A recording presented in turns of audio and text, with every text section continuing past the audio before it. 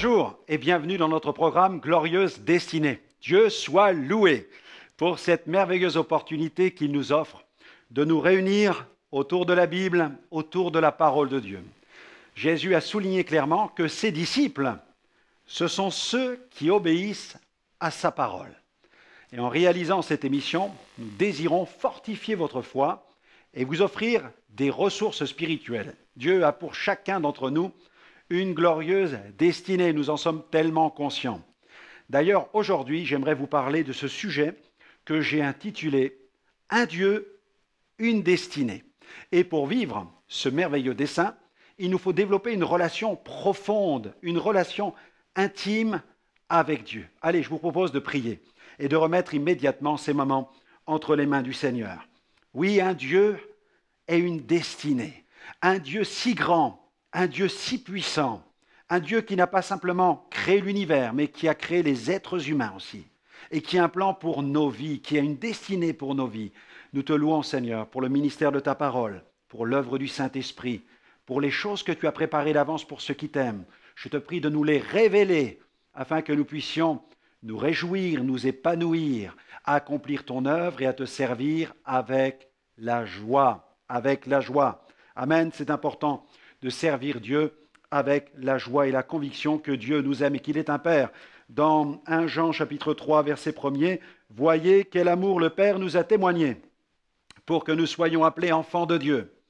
Et nous le sommes. Si le monde ne nous connaît pas, c'est qu'il ne l'a pas connu. Bien-aimés, nous sommes maintenant enfants de Dieu. Ce que nous serons n'a pas encore été manifesté, mais nous savons que lorsqu'il paraîtra, nous serons semblables à lui. » Ça, c'est une destinée. Parce que nous le verrons tel qu'il est. Jésus revient, Maranatha. Quiconque a cette espérance en lui se purifie comme lui-même est pur. Alors, il est important de nous purifier. Et le meilleur moyen de nous purifier, eh bien, c'est aussi d'étudier la parole et d'approfondir les ressources bibliques. J'aimerais vous présenter ce livre sur lequel figurent ces mots « top secret ». Top secret, pourquoi top secret ? Eh bien parce qu'il y a à l'intérieur un contenu que l'ennemi voudrait voir disparaître de la prédication de l'Évangile. En effet, cette prédication doit absolument parler du plan de Dieu, de l'importance de la parole de Dieu. Elle doit aussi évoquer le péché, notre condition spirituelle sans Dieu, l'importance des lois de Dieu, la divinité concernant la personne de Jésus, le bénéfice de l'œuvre de la croix, notre destinée éternelle, la question du jugement, l'appel à venir à Jésus, la vie de disciple, enfin tout cela. Ce livre, je suis sûr, vous fera un énorme bien et vous permettra de poursuivre en méditant dans cet ouvrage le contenu des Saintes Écritures. Allez, je vous propose de marquer tout de suite une pause musicale, c'est une pause célébration avec le groupe gospel Praise Family qui nous chante « Be like him », sois comme lui. En effet, on veut être comme lui. La Bible, elle le dit, celui qui dit qu'il est en Jésus, il doit marcher comme Jésus lui-même a marché. Allez, on se retrouve dans quelques instants. Et c'est parti!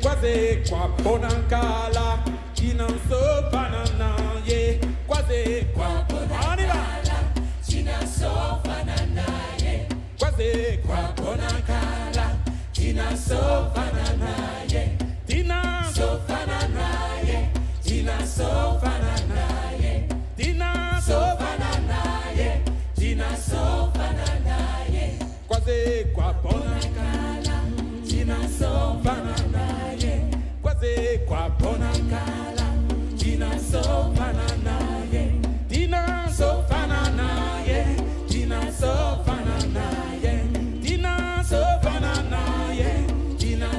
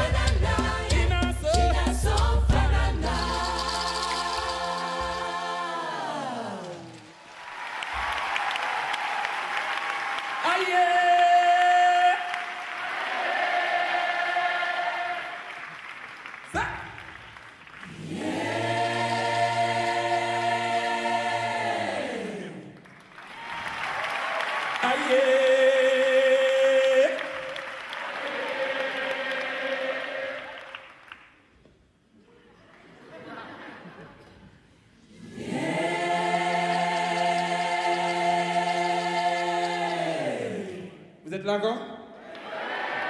Ça peut aller? Aïe!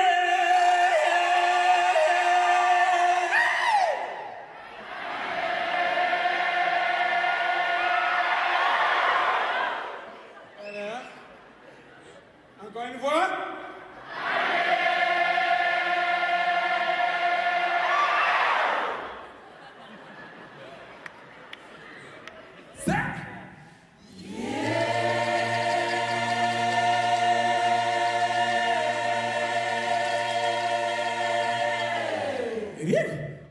Merci à Gospel Praise Family pour ce chant qui nous encourage à ressembler à Jésus. Oui, ressembler à Jésus. Dieu a un plan et l'ennemi ne veut pas que l'homme sache que Dieu existe et qu'il détient un plan pour sa vie. Pourquoi?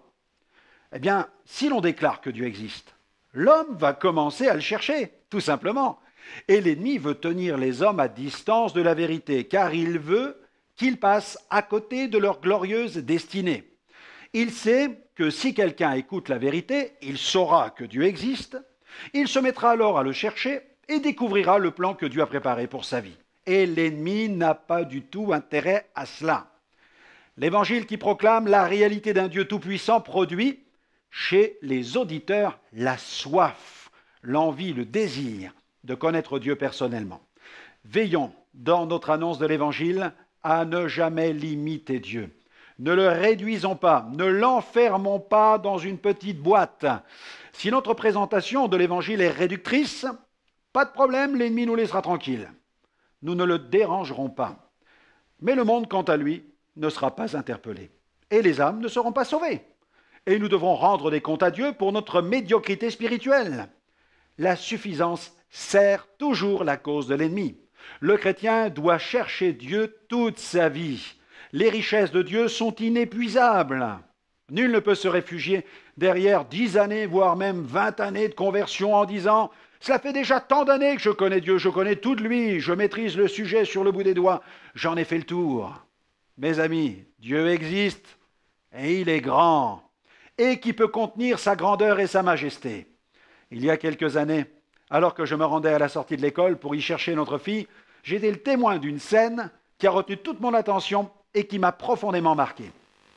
Ce jour-là, je m'en souviens, il pleuvait des cordes et les enfants commençaient à quitter l'établissement. Et une petite fille est passée devant moi. Elle était visiblement en colère. Elle semblait avoir un caractère déjà bien trempé. Elle laissait traîner derrière elle son cartable dans les flaques d'eau. Son père, quant à lui, pressait le pas. Il ne voulait pas être mouillé. Et la fillette le suivait en criant à tue-tête « Papa, papa, vas-tu enfin me répondre ?» Mais le père ne s'arrêtait pas, au contraire, il accélérait le pas, lui. Soudain, la fillette s'est arrêtée au beau milieu d'une flaque d'eau, dans laquelle elle a jeté son cartable, et elle s'est écriée de plus belle « Papa, papa, vas-tu enfin me répondre ?» Et moi, je la regardais, sous la pluie battante. Finalement, le père s'est arrêté, il s'est retourné, il lui a dit « Mais qu'est-ce qu'il y a enfin? Que veux-tu savoir ?» Et l'enfant lui a répondu « Papa, je veux savoir, est-ce que Dieu existe ?» Waouh! Face à une telle demande, le père est resté pantois sous la pluie battante. Il ne savait que répondre, mais bien vite, cette pluie lui a rafraîchi les idées. Excédé, désemparé, ce père, mal à l'aise, a haussé le ton, il a dit à sa fille « Mais vas-tu arrêter maintenant ce genre de questions? Dépêche-toi, il pleut, monte dans la voiture, sinon ça va mal se passer pour toi. » Oui, mes amis, Dieu existe, et la Bible dit que Dieu n'est pas loin de nous. En lui, nous avons la vie, le mouvement et l'être. Dieu existe bien. Il suffit de contempler la création pour voir les perfections extraordinaires de Dieu.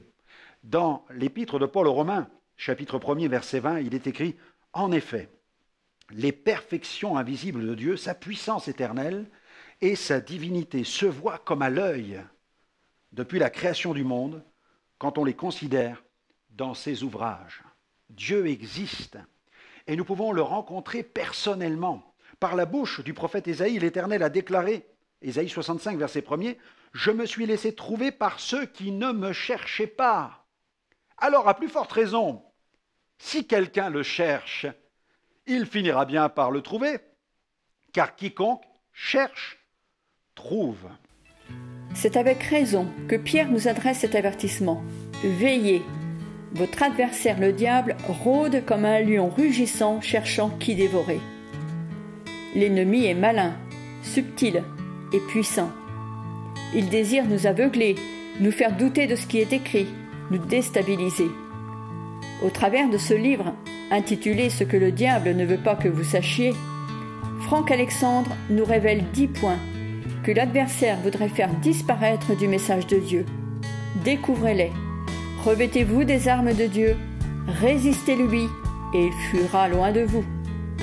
Pour commander ce livre, rendez-vous sur notre site internet www.gospelvision-international.com.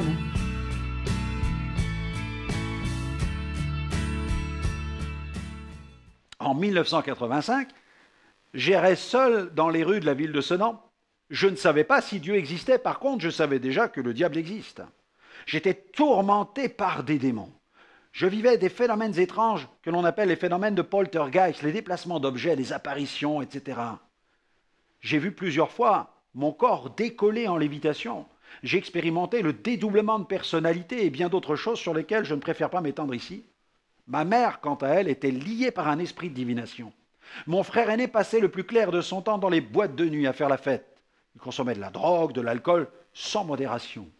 Les relations entre mon père et mon frère aîné étaient très violentes, très conflictuelles. Ma petite sœur, âgée seulement de 6 ans, pratiquait déjà la divination, le spiritisme. Elle était traumatisée par les phénomènes occultes dont elle avait été victime. Elle aussi était possédée. Et à cette époque-là, nous étions si loin de Dieu et pourtant Dieu s'est laissé trouver. Alléluia. Nous ne le cherchions pas, mais il s'est laissé trouver. Je n'ai pas rencontré Dieu dans une église, je l'ai rencontré dans la rue, place Turenne, au centre-ville de Sedan. Et cela s'est passé le 5 février 1985. J'étais désespéré. Ce matin-là, j'avais failli attenter même à mes jours. Et bien que je n'ai pas accompli cela, et que je n'avais pas encore compris tout, Dieu, lui, est intervenu pour me sauver du suicide. Je ne l'ai compris que plus tard.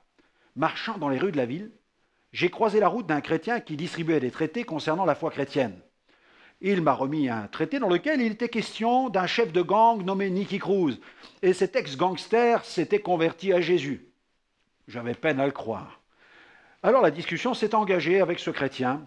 Je lui ai partagé mon curriculum vitae spirituel s'appuyant sur un passage de la Bible, Deutéronome, chapitre 18, verset 10, qu'on ne trouve chez toi personne qui exerce le métier de devin, d'astrologue, de magicien, d'enchanteur, personne de ceux qui évoquent les esprits ou disent la bonne aventure, car quiconque fait ces choses est en abomination à l'Éternel. Alors il m'a démontré que j'avais bien commis un péché d'abomination et que j'étais sous la malédiction. Le choc fut total. C'est alors que la connexion avec l'univers du divin s'est établie. La perspective de rencontrer Dieu personnellement prit peu à peu place dans mon cœur. Quelques heures plus tard, j'étais même dans une église évangélique où un prédicateur proclamait que Jésus sauve, qu'il guérit, qu'il libère, qu'il baptise dans le Saint-Esprit. Et après son sermon, le pasteur m'a même imposé les mains. C'était d'ailleurs la première fois que j'avais un contact avec un pasteur. Il a mis sa main sur ma tête. Je me suis soudain affalé sur la chaise et les puissances de ténèbres m'ont quitté immédiatement. J'ai été rempli du Saint-Esprit et j'ai vécu un moment profond de visitation, quelque chose de si merveilleux que cette expérience marqua ma vie à jamais. À ce moment-là, je n'ai même pas cherché à demander une quelconque explication au pasteur au sujet de ce que j'avais vu au cours de ces instants d'extase. J'étais tellement habitué aux phénomènes surnaturels que j'ai gardé cela pour moi. Et lors de cette visitation, j'ai vu le ciel s'ouvrir. J'ai aperçu un trône. J'ai vu jaillir un fleuve limpide plus pur que le cristal. La voix douce et aimante du bon berger a résonné en moi et j'ai entendu le maître m'appeler à devenir son serviteur. Et je passe sur tous les détails. C'est de cette manière que j'ai fait la découverte de mon christianisme biblique, tout simplement. Cette expérience a marqué le tempo du vrai christianisme dans ma vie, un christianisme centré sur le Christ ressuscité, capable de guérir, de délivrer et de sauver. Cela, c'est le christianisme normal. Mais l'ennemi ne veut pas que l'homme sache que Dieu existe, car il ne veut pas qu'il le cherche. Car si l'homme cherche Dieu, il risque de le trouver. Si l'homme cherche Dieu, il le trouvera. Pour cela, il doit faire agir, bien sûr, sa foi. La foi, elle cherche Dieu. La foi cherche Dieu. Dans Hébreux 11.6, l'auteur de cet épître nous dit « Or, sans la foi, il est impossible d'être agréable à Dieu, car il faut que celui qui s'approche de Dieu croit que Dieu existe et qu'il est le rémunérateur de ceux qui le cherchent. Celui qui s'approche de Dieu doit croire que Dieu existe. La foi est une ouverture de cœur à l'égard du message de Dieu. La foi, c'est l'accueil de Dieu et de sa parole. Elle souhaite la bienvenue à l'Éternel. Elle est intimement liée à la parole de Dieu. La foi est générée par la parole et elle s'empare des promesses de la parole. Dieu a donné suffisamment de foi à l'homme pour qu'il croie en Dieu. Cette foi est la foi qui permet d'établir le contact. Ensuite, c'est à l'homme d'aller plus loin. Il doit chercher Dieu, lire la parole, s'il souhaite maximiser ensuite cette foi. Dès que la parole vient dans notre vie, la foi est dynamisée, elle est boostée. Alors croyez en Dieu, croyez en Jésus-Christ et croyez aussi en sa parole. Dans ce monde, des millions affirment croire en Dieu, mais malheureusement, cette foi en Dieu est pervertie à cause du péché. Cette foi qui, dès l'origine de l'humanité, aurait dû être dirigée vers le vrai Dieu, a été détournée vers des idoles, des fétiches, voire même des esprits. Des millions se sont forgés un Dieu à leur image. Ils ont leur propre concept de Dieu. Certains vénèrent la nature, des animaux comme les singes ou les rats. Ils pensent que ces créatures abritent les esprits des dieux. D'autres se confient dans des fétiches, des gris-gris. D'autres se tournent vers les astres, les défunts, les esprits, l'eau ou le feu. Derrière la foi en Dieu peut se cacher le meilleur comme le pire. Beaucoup de philosophies et de concepts erronés même. Pour nous, nous savons qu'il n'y a qu'un seul Dieu et que nous ne pouvons le connaître qu'au travers de la Bible et Saintes Écritures. Les fondements de la foi se trouvent dans la parole. C'est aussi par elle que la foi est donnée une fois pour toutes aux saints. C'est ce que Jude nous partage dans le chapitre 1er, verset 3. « Bien-aimés, comme je désirais vivement vous écrire au sujet de notre salut commun, je me suis senti obligé de le faire afin de vous exhorter à combattre pour la foi qui a été transmise aux saints une fois pour toutes. » Amen. En cherchant Dieu, les hommes essaient de comprendre la raison de l'existence humaine. Ils cherchent un sens à leur vie. Ils rêvent même de vivre éternellement. Rien d'étonnant à cela, puisque Dieu a placé dans le cœur de chaque homme la pensée de l'éternité. L'Ecclésiaste en parle. Dans son livre au chapitre 3, le verset 11, « Tout ce qu'il a fait est beau en son temps, et même il a mis dans le cœur la pensée de l'éternité, bien que l'homme ne puisse pas saisir l'œuvre que Dieu a faite du commencement jusqu'à la fin. » Difficile pour nous de comprendre l'éternité. Nous ne sommes pas Dieu, Dieu seul est éternel, il est éternité par essence, et il nous fait partager son éternité en nous donnant la vie éternelle. Vivre éternellement, n'est-ce pas le rêve de tout homme? D'ailleurs, il y a un site internet qui fait fureur actuellement, ce site s'appelle Second Life, c'est-à-dire deuxième vie. Il offre à chacun la possibilité de se fabriquer son propre clone. On estime à plusieurs millions le nombre de ceux qui auraient entrepris la réalisation de leur clone virtuel. Chaque internaute peut réaliser son double, un personnage virtuel qu'il fait évoluer dans un univers de rêve. Le monde cherche par ses propres moyens à se fabriquer cette seconde vie. Malheureusement, tout cet univers virtuel dans lequel l'homme cherche à s'aventurer ne parvient pas à le combler. La connexion coupée, il faut bien revenir dans le monde du réel. L'ordinateur ne parviendra pas à combler le vide du cœur de l'homme. Il ne sauvera pas la race humaine. Le virtuel n'est ni réel, ni éternel. Seul Jésus donne la vie éternelle et cette vie n'est pas virtuelle, elle est vraiment spirituelle. Dans Jean 8, 12, Jésus dit « Je suis la lumière du monde ». Et il a dit également « Celui qui me suit ne marchera pas dans les ténèbres, mais il aura la lumière de la vie ». Dans ce livre intitulé « Ce que le diable ne veut pas que vous sachiez », Franck Alexandre nous révèle ce que l'ennemi désire nous cacher. 10 points qu'il voudrait voir disparaître du message de Dieu. Vous désirez en prendre connaissance? Alors commandez ce livre sur notre site www.gospelvision-international.com. L'ennemi ne veut pas que l'homme sache que Dieu existe, car il ne veut pas qu'il le trouve. Car si l'homme trouve Dieu, il risque de le connaître personnellement et de découvrir son dessein pour sa propre vie. Parfois, je me demande ce que serait ma vie si je n'avais pas rencontré Jésus personnellement en 1985. Mais Dieu soit loué, il s'est révélé à moi. Un rendez-vous avec ma vie avait été fixé dans son agenda divin. Dieu a son propre timing. Sa montre est bien plus précise qu'une montre suisse. Dans son planning, il a fixé toute une série de rendez-vous avec notre existence afin de mettre en place tout un plan d'action. Il a de nombreux projets pour chacun d'entre nous, je vous l'assure. Regardez ce que déclare le prophète Jérémie dans le chapitre 29, verset 11. Il dit « Car je connais les projets que j'ai formés pour vous, dit Dieu, des projets de paix et non des projets de malheur. » Dieu existe. Chacun peut le rencontrer et il a un plan merveilleux pour notre existence. Il a des projets de paix pour chacun. En 1985, je ne pouvais m'imaginer que Dieu prendrait le jeune homme tourmenté que j'étais pour en faire un témoin de Jésus au niveau international. Quelle grâce, quel privilège. Je n'aurais jamais imaginé raconter mon témoignage à de grandes foules rassemblées aux quatre coins de la terre. Chacun doit décider et faire le choix de croire la vérité. Chacun doit croire que Dieu a un plan pour sa vie. Il a préparé avec un tendre soin un plan sur mesure pour chacun d'entre nous. Martin Luther King a même dit « Nous sommes de la race de Dieu ». Oui, Dieu existe et nous sommes de sa race. La foi en Jésus-Christ nous réconcilie avec Dieu. Elle nous rapproche de lui. Grâce au Christ, nous retrouvons ce contact merveilleux avec le Dieu qui a créé l'univers.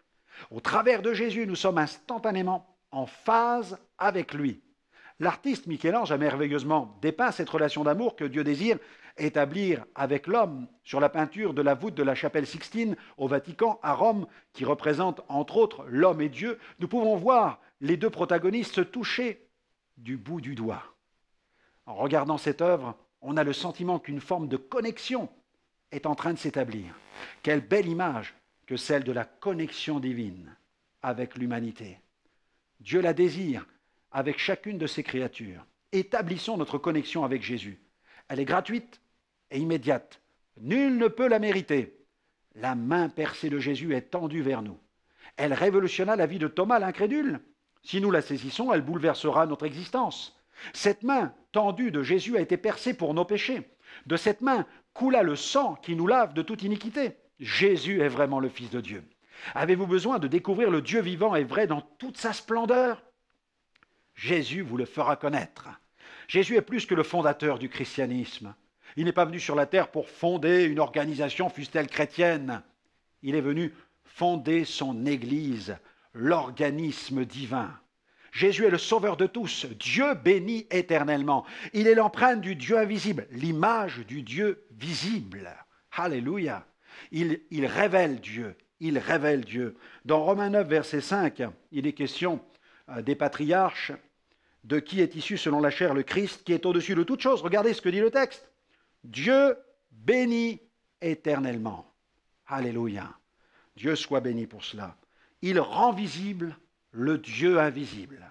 Alors, quelle que soit la couleur de peau d'un être humain, son statut social, l'état dans lequel il se trouve, quelle que soit sa connaissance ou son ignorance quant aux choses de Dieu, il vous cherche et vous pouvez le rencontrer d'une manière personnelle dès maintenant. Établissez simplement le contact par la foi. Dieu existe et il a un plan pour votre vie. Paul affirme dans Éphésiens 2,10 « Car nous sommes son ouvrage. Nous avons été créés en Jésus-Christ pour des œuvres bonnes que Dieu a préparées d'avance afin que nous les pratiquions. » Gloire à Dieu. Eh bien voilà, notre émission se termine. J'espère que vous allez entrer pleinement dans cette destinée. Oui, un Dieu, une destinée, une glorieuse destinée. N'hésitez pas à nous retrouver sur notre site web www.gospelvision-international.com. Vous pourrez y retrouver de nombreuses émissions qui vous édifieront. Elles vous feront grandir dans la foi en Jésus. Que le Seigneur continue à répandre sa grâce sur votre vie et qu'il vous fasse pleinement entrer dans votre glorieuse destinée. Que Dieu vous bénisse et à très bientôt. C'est parti!